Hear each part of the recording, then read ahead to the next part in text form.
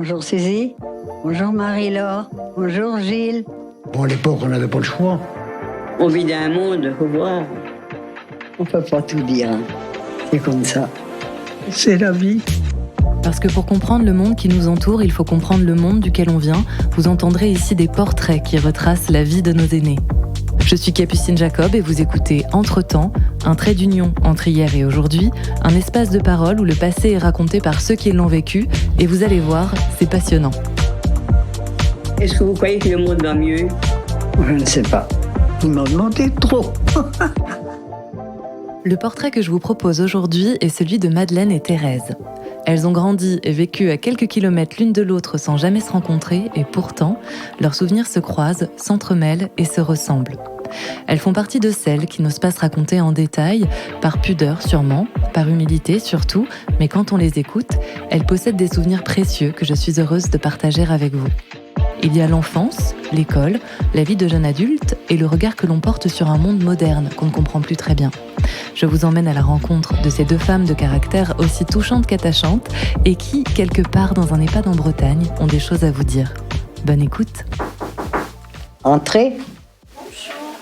Je suis de la paroisse, c'est parce qu'il y a la messe et je venais... Oh, il y a longtemps que je n'y vais plus. Je n'étais plus croyante. Allez, ben, je vous laisse. Bon après-midi. Comment? Bon après-midi, madame. Mais, oh, dites Madeleine. Eh ben, Madeleine, bon après-midi. Oui, à vous aussi. Merci. J'aime pas ces gens-là. Ils se croient plus intelligents que les autres. Prénom, Madeleine Elvina Maria. 10 juin 1935. Je m'appelle Thérèse. Je ne sais pas pourquoi, mais je m'appelle Thérèse Lucie Josette. Ma marraine s'appelait Lucie. Et Josette, mon père s'appelait Joseph. Je suis née à Saint-Alban le 28 octobre 40. Et actuellement, j'ai 83 ans.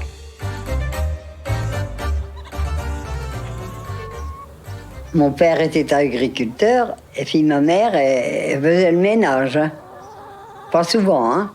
Elle faisait les repas pour ses enfants. La soupe. Oh, des oignons, des carottes, des bonnes choses. Au des plats naturels, hein, on mangeait de la soupe d'oignons avec des poireaux, avec des navets. C'était bon. Hein. On faisait des veillées, on allait les uns chez les autres, on jouait aux cartes. Il y avait une grande cheminée chez nous, on faisait un feu de bois et on chauffait les pieds. Oh oui, il faisait froid dans les maisons, vous aurez vu ça. C'était pas cimenté, c'était en terre battue. Il y avait des tout petites fermes. Hein. On vivait avec 10 vaches, des poules, des chiens. J'avais 4 chats. J'allais à la fauteuil, ils me suivaient.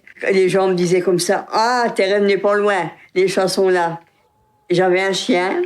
Il y avait un âne. Il n'était pas méchant, mais il était vraiment spécial. Il aimait tout le monde. Mais il ne fallait pas le contrarier. Hein. Avant, c'était une petite école. On allait à l'école en sabot.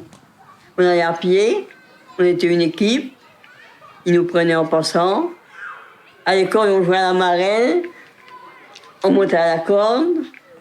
Et qu'est-ce qu'on jouait encore? Aux canettes. Vous savez, des petits trous, là, on avait des petites boules, là. On avait dans les chaînes, il y avait des trous, on lançait dans le trou.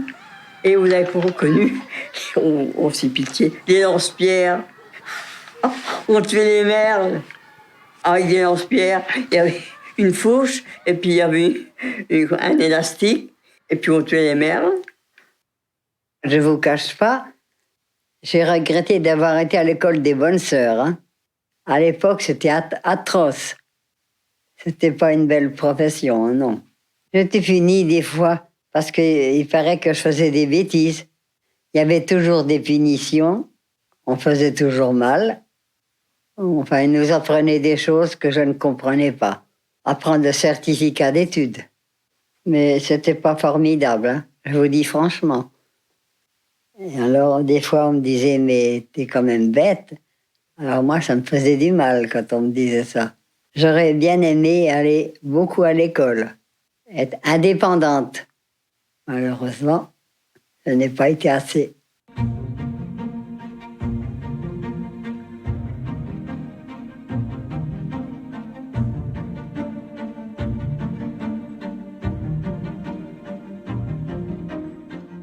J'étais à l'école à Pléneuf. J'ai fait 1 ou 2 années. Et puis après, je suis revenue à la ferme. J'étais aide, comment... C'est pas une ménagère, aide agricole, quoi. Jusqu'à je sais pas quel âge. On n'avait pas tellement le choix à ce moment-là. Hein. J'étais pas déclarée. Nous, on n'étant pas déclarés, j'ai pas tout mes trimestres. C'est pour ça que je touche pas. Oh, je pourrais faire que ça. Hein. On n'avait pas tellement de temps. Hein. Le soir, vous vous rendez compte, on finissait tard. Traire les vaches, montrer les vaches à la main. Je sais pas si vos parents ont su. Hein. Il y avait un seau, vous savez. Et puis il donnait un coup de pied vers tout le lait, puis il donnait des coups de pied. Il y en a eu une fois, il y avait des barres, là, il m'a coincé, j'ai 2 côtes de cassé. J'étais à Rennes, en tribunal, parce qu'il y avait un agriculteur que je connais bien, qui avait volé chez nous. Il voulait passer ses vaches sur mon terrain. Alors j'ai dit, c'est pas possible, il avait intérêt pour passer ailleurs. Ah, il me dit comme ça, non, c'est ça, vous payez 5 000 par jour. Quoi? Ah ben, on a été en tribunal et ça s'est mal passé, c'est celui qui perd qui paye. Et je gagnais, il a perdu, il a tout payé. J'étais couturière, je faisais des plis dans les robes, des grands plis. Mais après, pour repasser ça, c'est du boulot. Hein? Donc tout le monde m'a demandé pour le dépanner les gens. C'était tout ce que je faisais. J'avais des balles à Plangonoual, dans la salle des fêtes, la valse, ou le tango. Mon mari, Si le gars était beau. j'ai rencontré à Saint-Alban, au baraquement, qui a été fait par les Allemands. C'est un bal, oui. Ah, c'est différent. Hein. Maintenant, c'est les boîtes. On s'est vu plusieurs fois. Il était de Plangonoual. Des Villepins. Il a travaillé à l'usine Citroën à Rennes. Et après, il est revenu à la ferme, comme exploitant agricole. Il était grand, mince. Il était pas méchant, mais il regardait les autres femmes. Bien sûr, il faisait le beau à tout le monde. J'avais une drôle de famille. Hein. J'avais beaucoup d'enfants.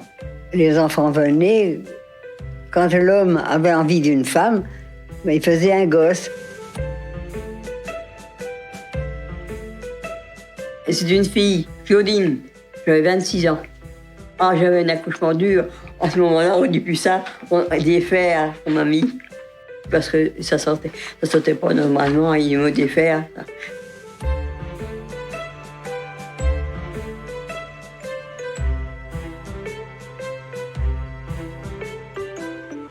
Vous regardez dans les églises le dimanche, il y a que des anciens. Hein. Et est-ce que vous croyez que le monde va mieux? Vous croyez que ça va mieux? On vit dans un monde, faut voir. Il y a mes petits-enfants qui me disent « Oh, mamie, t'es 10 ans en arrière !» Parce que enfin, je leur ai dit « C'est pas possible, tout ce que vous avez, comme on a vécu. » J'étais bien, j'ai rien à dire, mais j'étais bien, mais c'est pas comme maintenant. Hein. Ils ont tout. On a eu du mal. Hein. On n'était pas riches à ce moment-là, alors là... On vivait avec 10 vaches. Et quand on voit maintenant, ils ont 100 vaches, ils n'ont jamais assez. À qui a le plus beau tracteur, la plus belle voiture. Moi, je connais ce que j'ai, je me contente. Oh, je crois qu'il y a de la misère. Je vois des gosses malheureux qui répondent mal à leurs parents. Le monde n'est pas facile non plus. Hein. Il faudrait refaire le monde.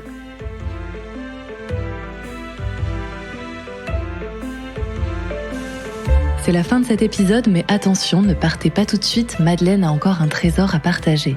Merci à Benjamin Brotte pour l'habillage sonore et le mixage de ce récit de vie.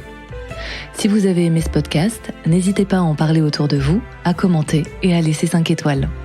Allez Madeleine, pour la conclusion, c'est à vous. Donc après, moi, ce que je peux te proposer, Madeleine, c'est de me chanter la chanson Mon pote le gitan. Quand est-ce?